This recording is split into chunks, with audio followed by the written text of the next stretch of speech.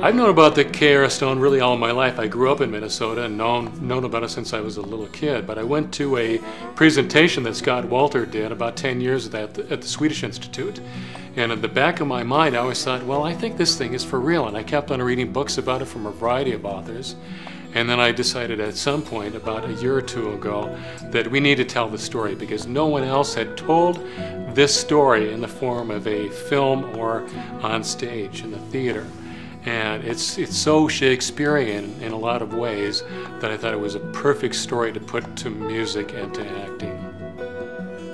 The first time I ever heard of the Kensington Runestone was in July of 2000 when I met with somebody representing the Runestone Museum who asked me if I would conduct an investigation, geological investigation on the artifact. And I said, "What's that?"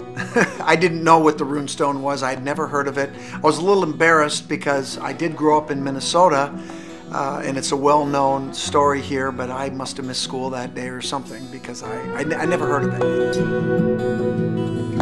I had no opinion when I started my investigation, as that's how I do every investigation. It's a blank slate, and we just simply start by recording data and information, and we just let the data drive the investigation, and you follow where the evidence takes you. And eventually it took me to what was the obvious conclusion in my mind, that the weathering of the inscription was old, that a late 19th century hoax was impossible, and the only logical conclusion at that point is it must be genuine. We have a main character, Olof Ohman, who had a third-grade education.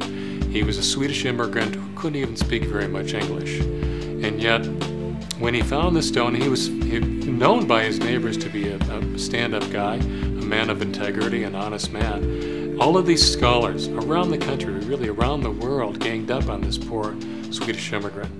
So I want to show the audience that often the scholars are not corrupt, and they don't have all the information they need to make a decision on a particular thing that they're studying. These people were slandered for many, many years by these scholars, these authority figures who thought they knew what they were talking about. But in reality, as we look back at it in retrospect, they didn't. We'd like you to know them, Amanda and Olaf and Sven and the others, as real people, reaching out to you, reaching out to your hearts, to know them as people who went through a very tumultuous time over many, many decades concerning a controversial subject, the Kensington Runestone.